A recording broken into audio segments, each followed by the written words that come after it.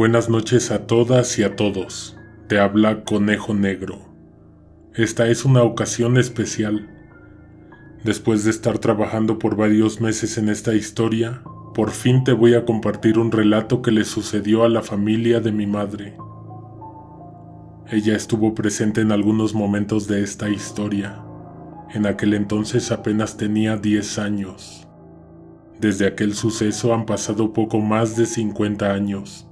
Después de los cuales ella aún recuerda con horror el rostro que tenía Emilio antes y después de morir. Hemos pasado varias semanas tratando de unir en un solo relato esta historia, basándonos en los fragmentos que mi madre recuerda haber vivido. Sabíamos que había mucho más por contar y que era necesario saber la historia completa para averiguar cómo se dieron las cosas al final de todo. Como parte de la investigación, mi madre accedió a visitar a sus tías, esto con la franca intención de dar forma y complementar sus terroríficos recuerdos. Nos subimos al coche y viajamos al sur de la ciudad. Mi madre pensó que sería bueno que yo esperara afuera.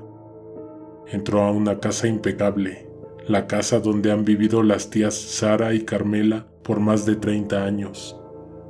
Mientras ellas hablaban, permanecí casi 6 horas encerrado en el coche, viendo el atardecer y el anochecer, imaginando cómo sería esa casona por dentro. Mi madre la describió como una casa ordenada con precisión milimétrica hasta el más mínimo detalle. Algunas décadas atrás, estas mujeres no se hubieran atrevido a despertar las memorias de aquellas noches, pero ahora no les importa hablar de ello. Aprendieron a vivir tranquilas con esos recuerdos, sobre todo porque ahora viven lejos, muy lejos del lugar donde sucedió.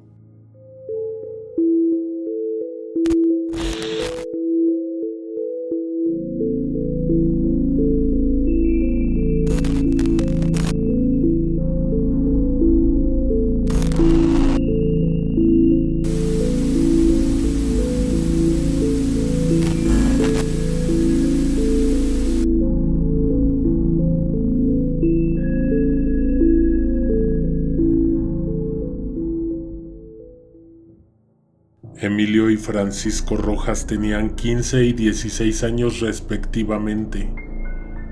La vida en el campo los había hecho un par de jóvenes fuertes y trabajadores. Vivían con sus padres en un pueblo de Oaxaca. Trabajaban en el cafetal como casi todos en la región. Salieron de trabajar sin preocupaciones ni pendientes. Era viernes.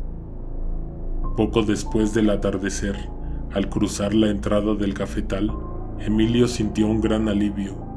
Imaginó que a partir de ese momento tendría el fin de semana por delante.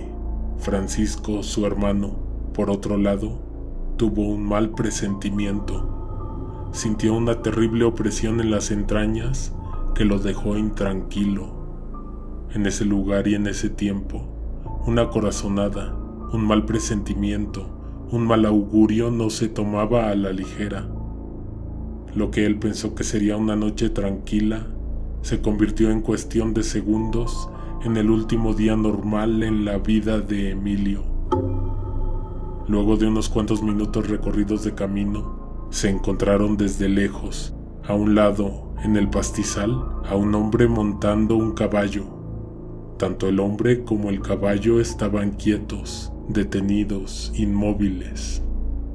A medida que avanzaron sobre el camino, pudieron ver más detalles de ambos, del caballo y del hombre que estaba sentado encima de él. Los brazos de aquel sujeto le caían por los costados. Estaba erguido y envuelto en una cobija. Esa primera impresión les levantó bastantes dudas.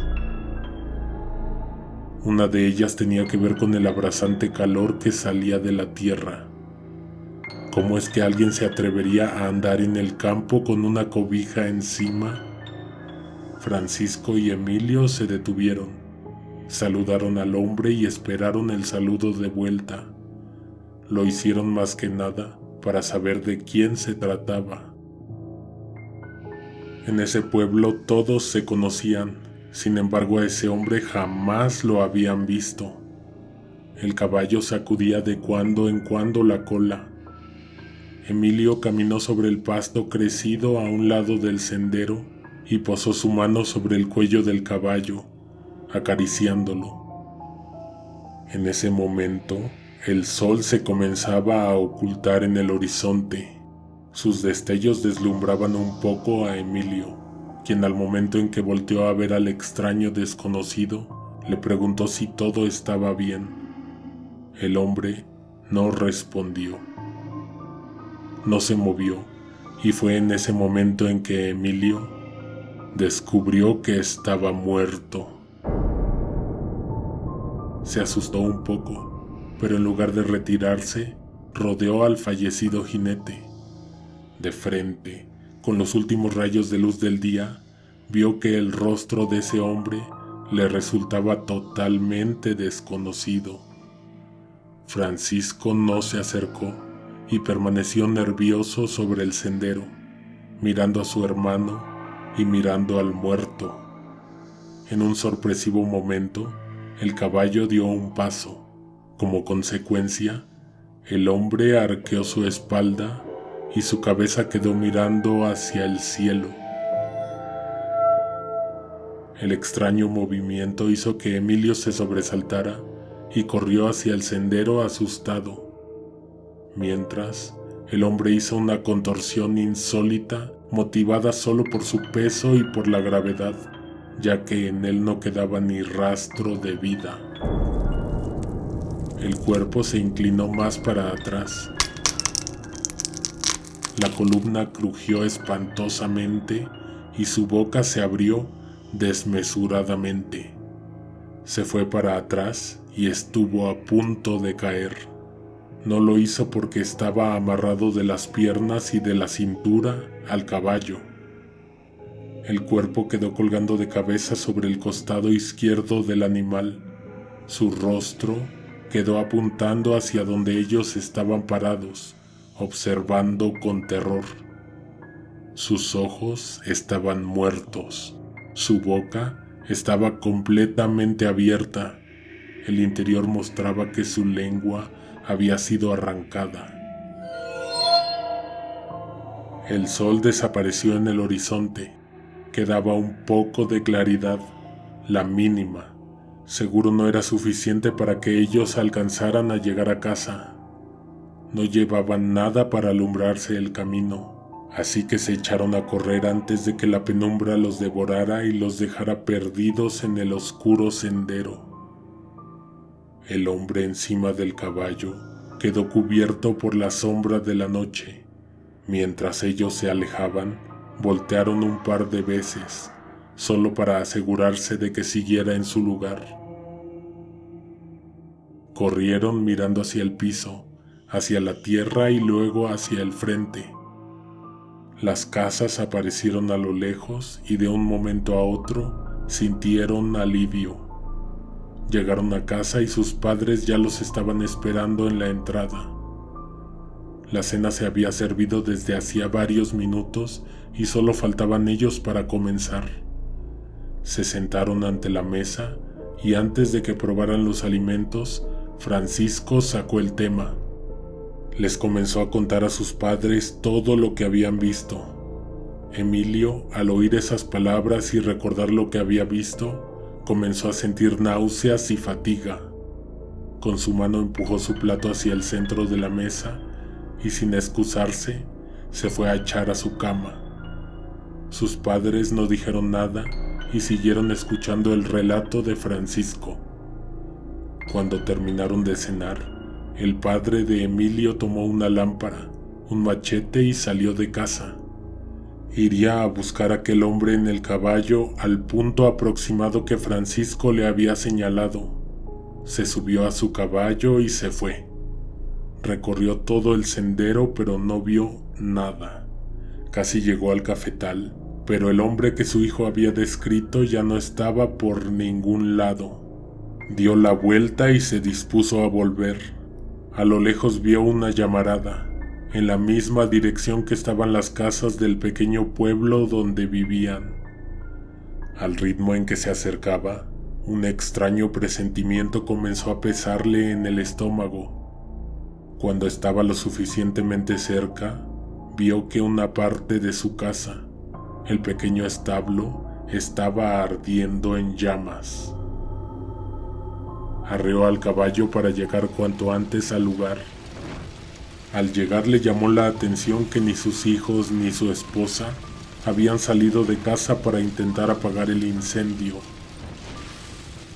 A un costado de la casa había cubetas. Las tomó al mismo tiempo que golpeó en la pared de la casa y gritó el nombre de sus hijos para que salieran a ayudar. Luego corrió al pozo para llenar las cubetas con agua. Al regresar, ninguno de sus hijos había salido. Aventó la puerta y entró furioso a la casa. Su sorpresa fue enorme. Adentro también había fuego. Un pequeño altar con una cruz y una virgen se consumían en llamas. Salió por una de las cubetas que había dejado en la entrada y la vació sobre el altar. El humo y el vapor inundaron el espacio y lo hicieron toser. Abrió la ventana próxima para que se ventilara el lugar. En ese momento, al otro extremo de la casa, se escuchó un terrorífico alarido. Corrió hacia el cuarto de sus hijos. Ahí encontró a su esposa y a Francisco, tirados de rodillas, dándole la espalda. En la cama estaba Emilio de pie, riendo a carcajadas.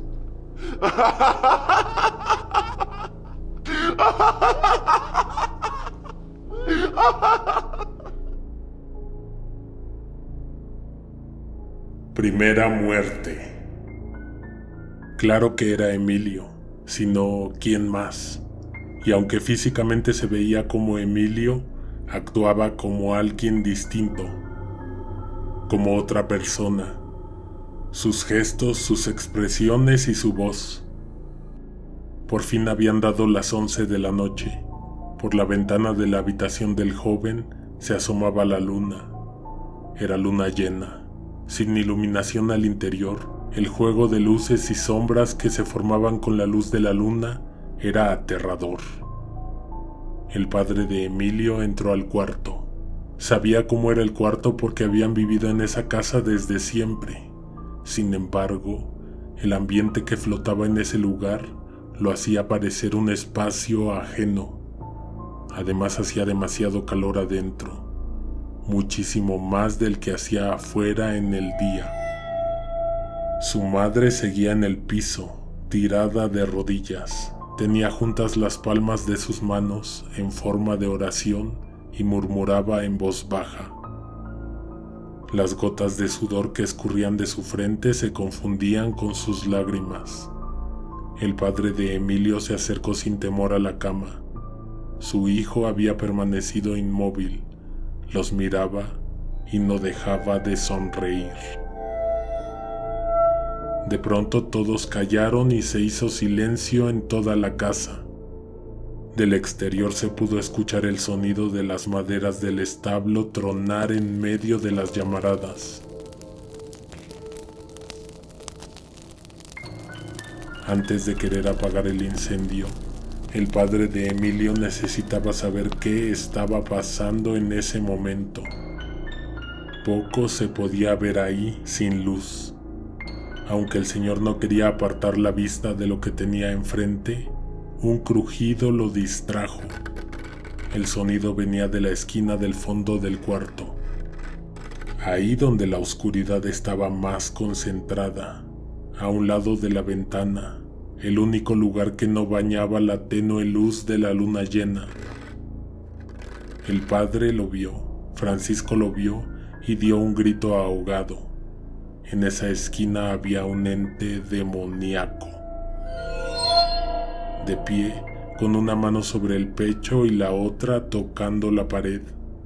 No tenía un rostro humano, tampoco era un monstruo, era una macabra combinación entre ambos. Su cuerpo era alargado, su cabeza tocaba el techo ligeramente. Sus delgados y espantosos brazos terminaban en unas negras manos con largas uñas. La mano que tocaba la pared rasgaba la madera, primero despacio, provocando el pequeño crujido que llamó la atención de ellos. Luego empezó a rascar más fuerte, dañando visiblemente la pared del cuarto. Ese ser quería llamar la atención, y cuando sus ruidos fueron imposibles de ignorar, la mamá de Emilio abrió los ojos y buscó de dónde venía ese espantoso sonido. Lo vio, pero tardó en reaccionar.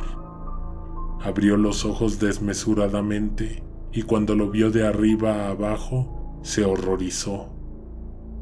Supo entonces y se convenció por fin de que su hijo había dejado entrar a su casa algo maligno,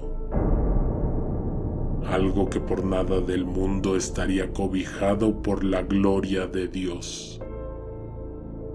La madre, totalmente llena de terror, tomó aire, respiró profundamente y dio un grito escalofriante.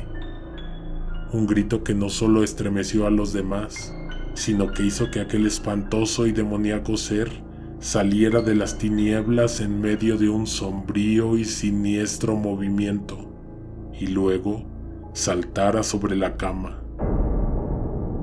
Ahí se acercó peligrosamente a Emilio, lo abrazó y en un segundo se disolvió encima de su cuerpo, como si lo estuviera absorbiendo.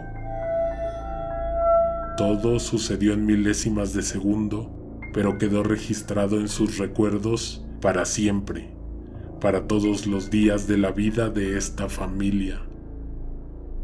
Sin siquiera esperarlo, pero sin tiempo para poder reaccionar, Emilio saltó de la cama y se le fue encima a su padre. Él pensó por un momento que su hijo lo iba a atacar.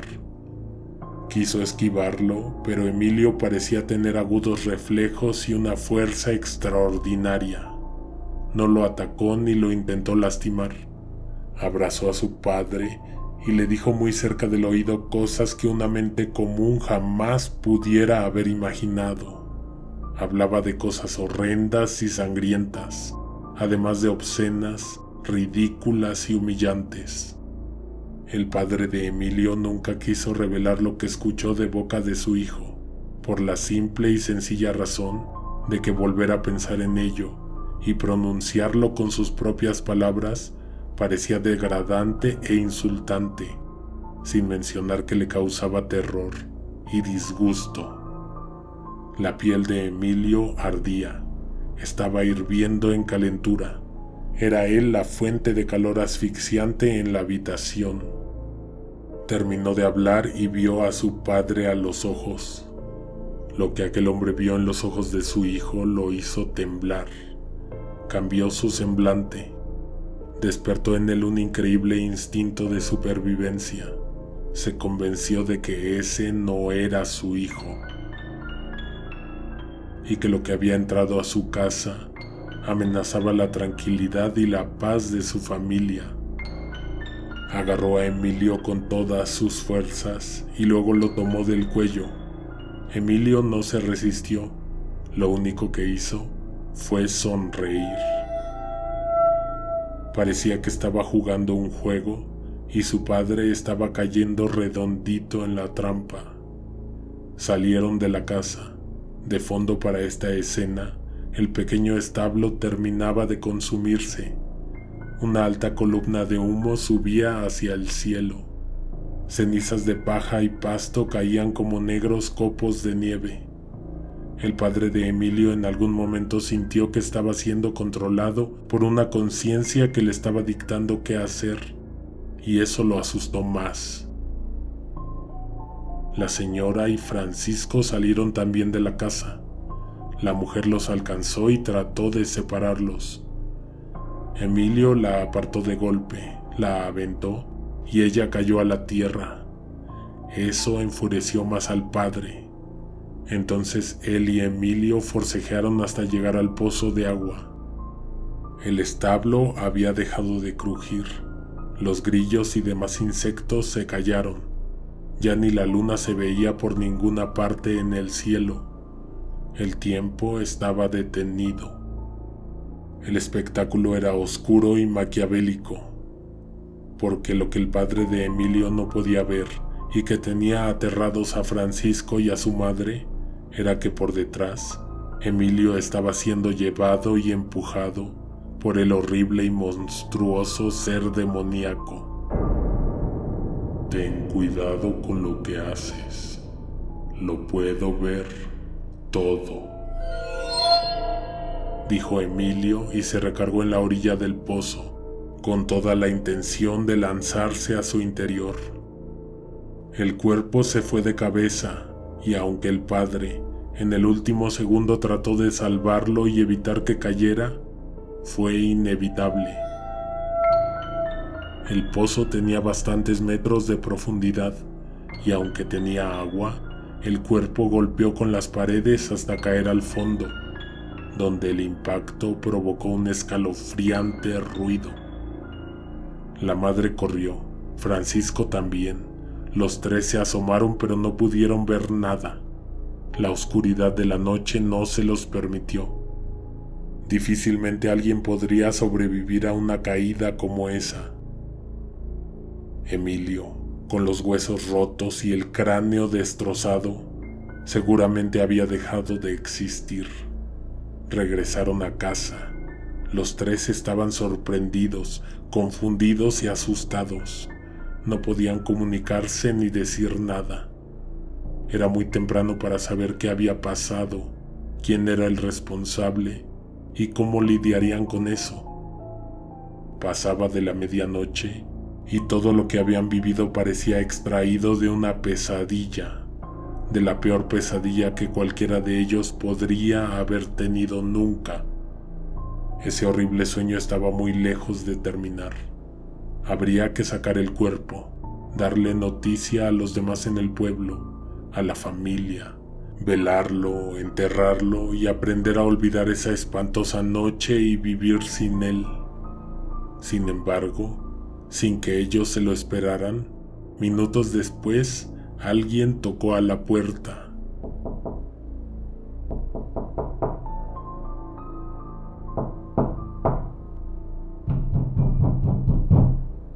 Era Emilio. Estaba empapado y no tenía ni un solo rasguño.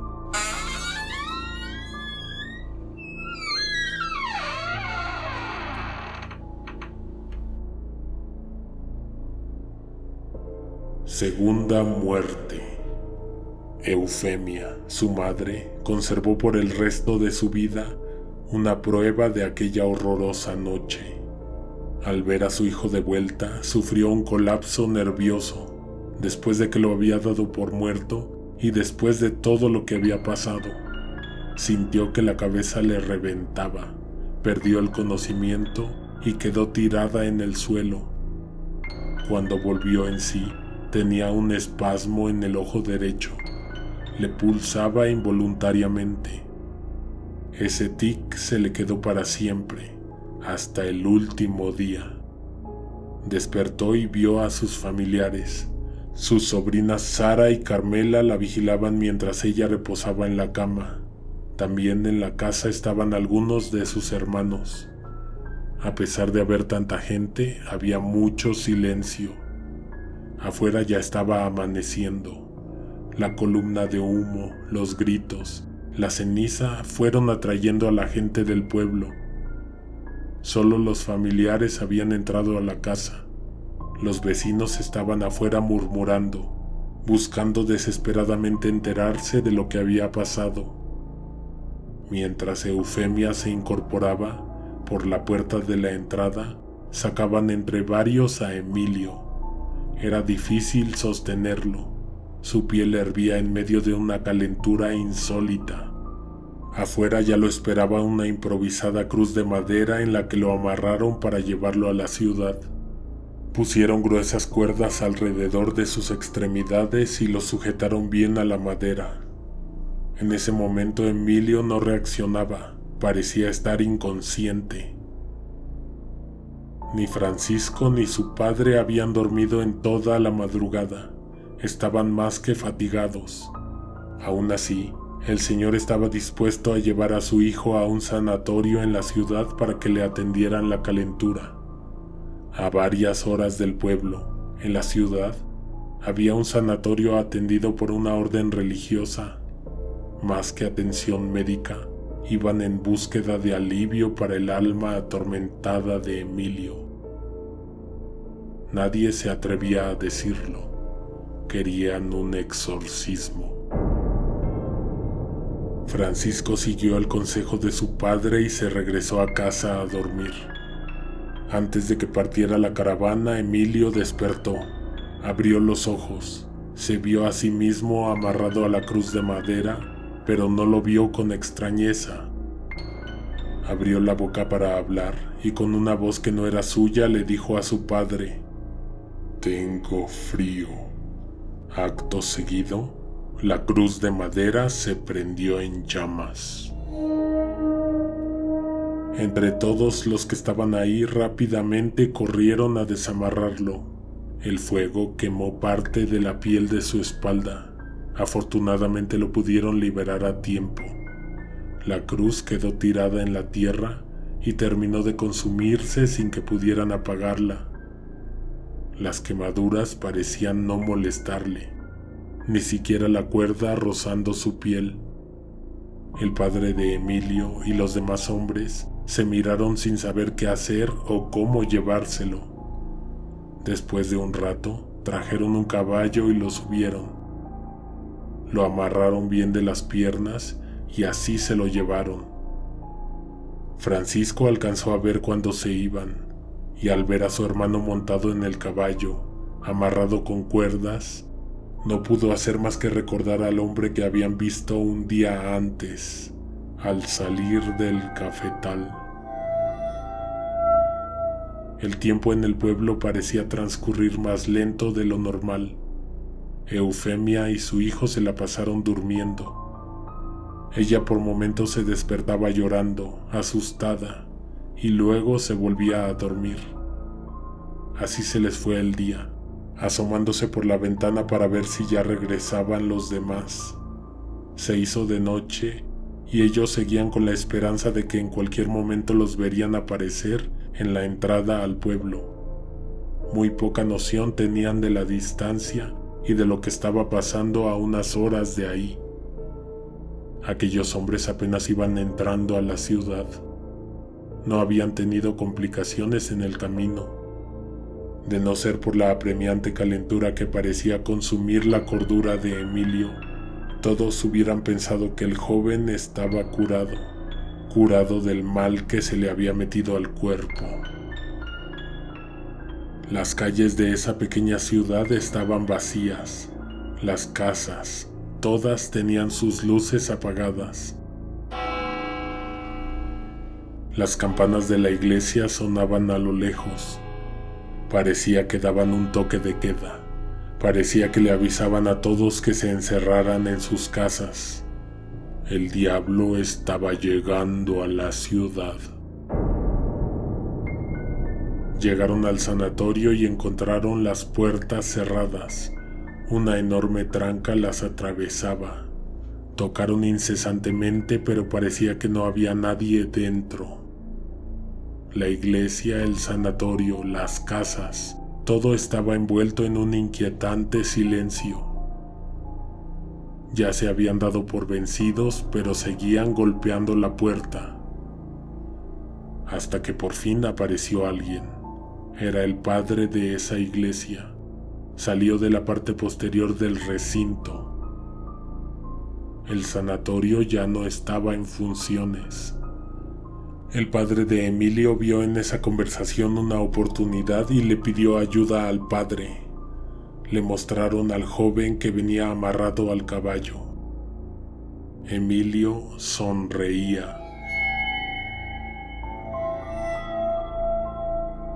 Nadie en ese momento se atrevió a mencionar las horribles cosas que habían pasado en las últimas horas. Según ellos, viajaron desde lejos para atenderle la fiebre. Esperarían el momento indicado para hablar de ello, o cuando Emilio hiciera o dijera nuevamente algo espantoso, lo que sucediera primero. El padre acercó el dorso de su mano a la frente del joven. Su piel ardía. Antes de que dejara de tocarlo, Emilio lanzó una diabólica carcajada.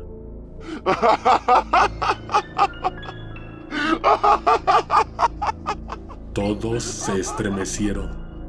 Guardaron silencio esperando que el padre aceptara ayudar a Emilio. Realmente no era tan tarde. Ya había oscurecido, pero aún le quedaban unas cuantas horas más a la noche. Repentinamente, el caballo avanzó, caminó hacia la entrada de la iglesia y junto con Emilio se abrieron paso hacia el interior.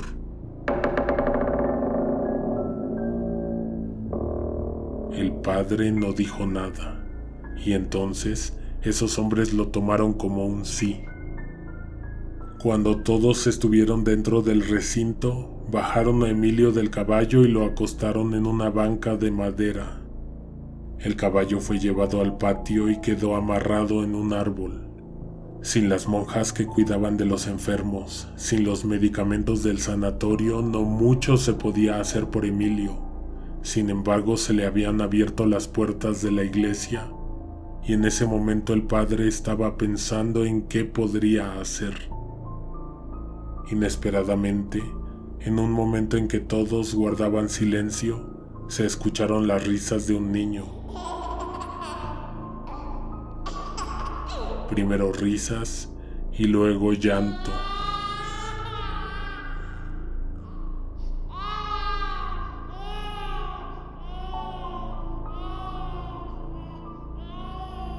El eco que acompañó esas risas convirtió el momento en una escena verdaderamente espeluznante.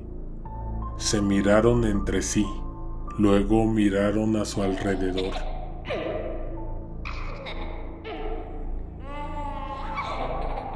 Las risas no cesaban, por momentos se confundían con el llanto. Alguien fijó su atención en el altar. Aún había un mantel extendido sobre él. De ahí venían las risas y el llanto del niño. Quien más lucía desconcertado era el clérigo. Él sabía que no debería haber ningún niño en ese lugar y a esa hora. Se acercó al altar y tomó con su mano el mantel que caía por el frente. Al levantarlo, los ruidos callaron. No vio debajo del altar a nadie.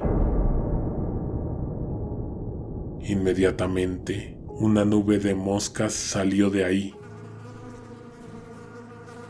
Volaron en todas direcciones y en menos de un minuto ya se habían esparcido y no se oían más. El padre de Emilio sabía que lo que había pasado tenía que ver con su hijo. Lo sabía muy bien, al igual que los hombres que lo acompañaban. El clérigo aún se hacía preguntas. Estaba confundido.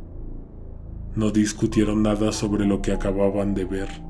Solo se llevaban de pronto las manos a la cabeza, mirando en todas direcciones. Cuando se fijaron en la banca donde tenían a Emilio, se dieron cuenta de que había algo extraño en él. Tuvieron que acercarse más para ver bien de qué se trataba. En su garganta había algo atorado. Era algo tan grande que modificaba la forma de su cuello. Una horrible protuberancia lo deformaba espantosamente. Su padre se alarmó y lo trató de levantar. Los ojos del joven estaban inyectados en sangre. Era evidente que no podía respirar, pero ya no luchaba. Había muerto asfixiado. Por las orillas de los ojos le corrían lágrimas. Su piel ya no estaba caliente, ahora comenzaba a enfriarse. Era increíble imaginar que había muerto frente a ellos y ni siquiera lo habían notado. hay una interrogante que no pudieron resolver. ¿Qué era lo que se había atorado en su garganta? El padre de Emilio se veía desconsolado, sufría en silencio. No solo estaba devastado, la fatiga y el cansancio estaban a punto de hacerlo colapsar. Cuando levantaron el cuerpo, vieron que su silueta había quedado grabada en la madera de la banca, quemada.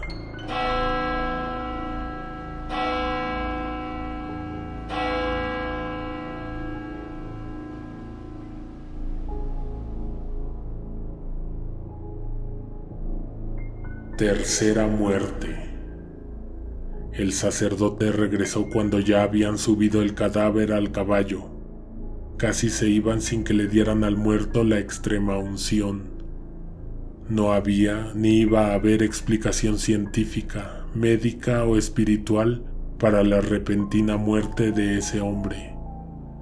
Antes de partir, el clérigo les invitó chocolate con pan y les ofreció unos catres para que descansaran un poco.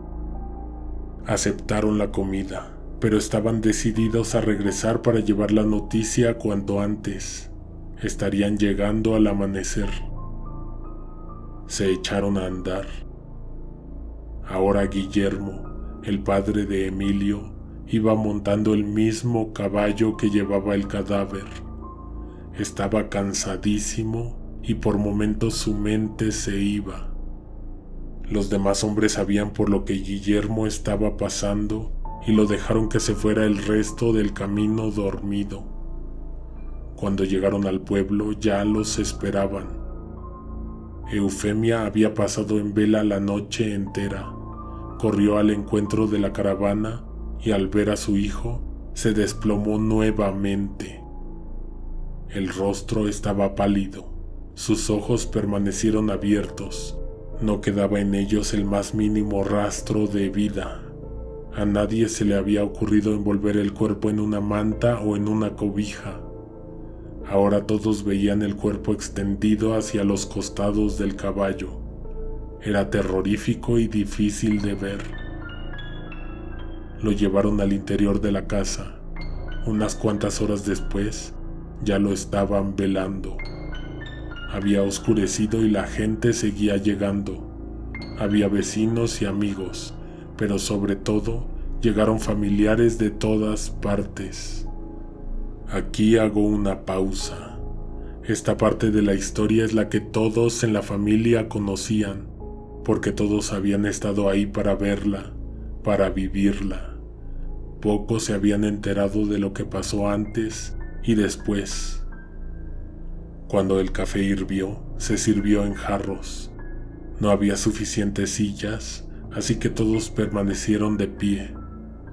Esa noche la casa estuvo más iluminada que cualquier otra noche. Había veladoras por todos lados. Algunos asistentes tenían velas en las manos. Algunos lloraban, otros murmuraban. Hablaban entre sí sobre todo de la protuberancia que Emilio tenía en el cuello. Guillermo pidió a sus sobrinos que comenzaran a cavar el hoyo donde habrían de enterrarlo.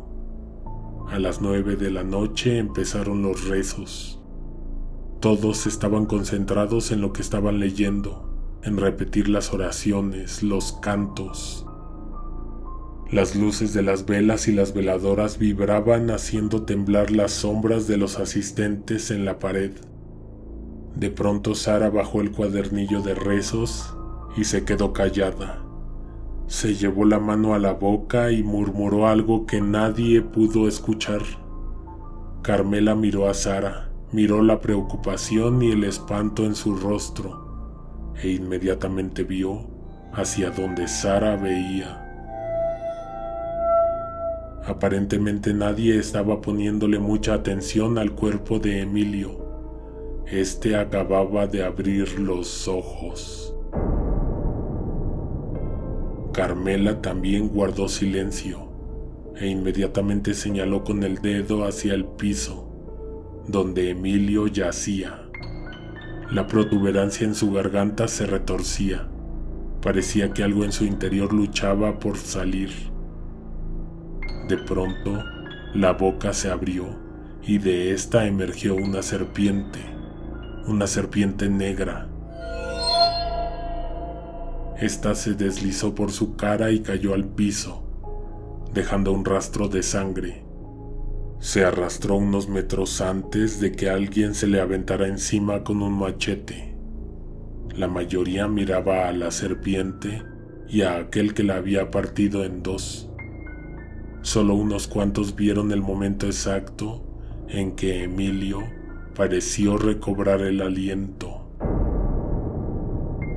Emilio se incorporó lentamente, se sentó y empezó a soplar las veladoras para apagar las luces que le rodeaban.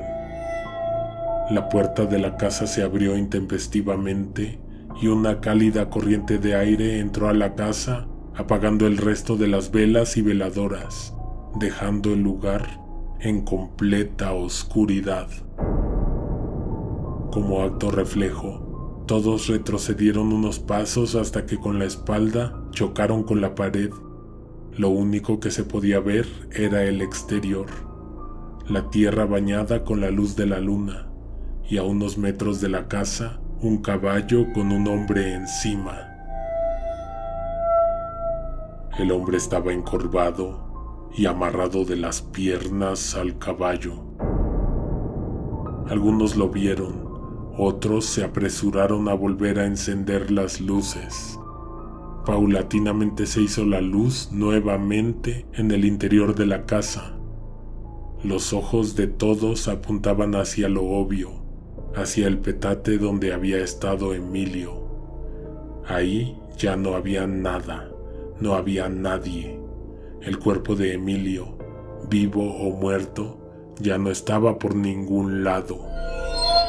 Murmurando, los asistentes al velorio se hacían toda clase de preguntas. Estaban asustados y también estaban preocupados. Centraron su atención en los padres del muchacho.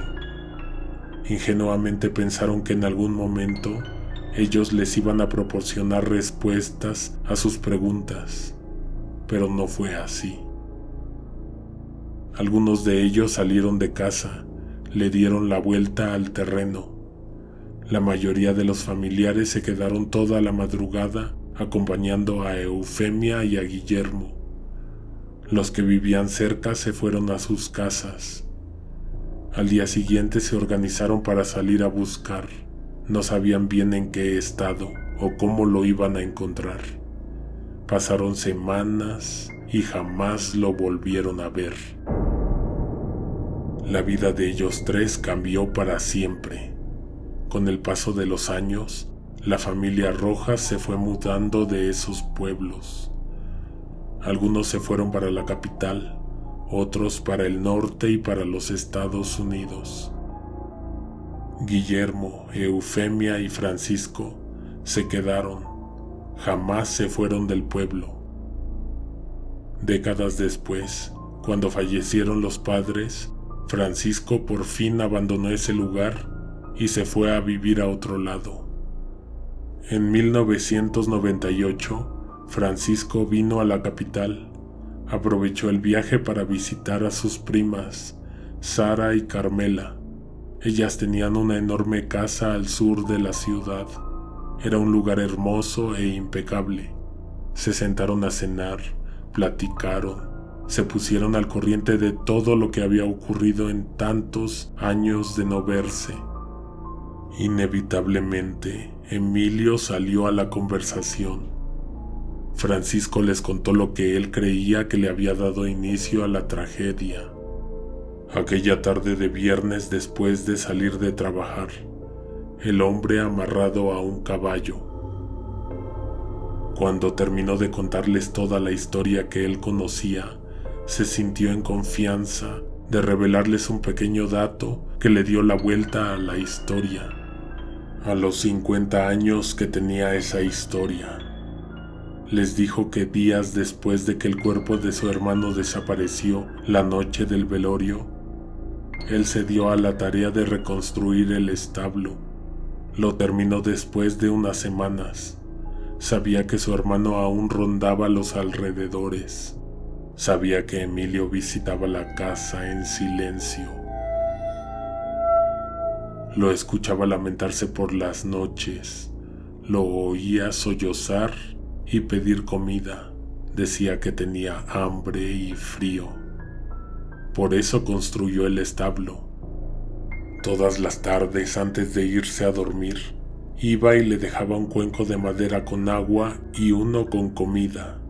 Sabía que era él, Emilio, porque la mañana siguiente, cuando iba a recoger los cuencos, los encontraba vacíos y con quemaduras, marcas de dedos grabadas en la madera.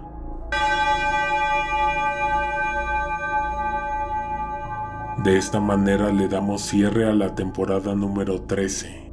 Esperamos que nuestro trabajo haya sido de tu agrado. En este canal, en la sección de listas de reproducción, hemos juntado todos los relatos por temporadas. Si quieres aventarte un maratón, solo tienes que escoger el número de lista y darle play. Te recomendamos que escuches esto con tus amigos, con tus familiares o a solas, en la oscuridad de la noche, asegurándote que no haya nadie en el closet, bajo la cama o asomado por la ventana. Comparte nuestros relatos, comenta, haz preguntas, opina, suscríbete, deja tu like y activa las notificaciones. Este domingo también subiremos relato en el otro canal, el de ASMR. Alguien te observa en la oscuridad.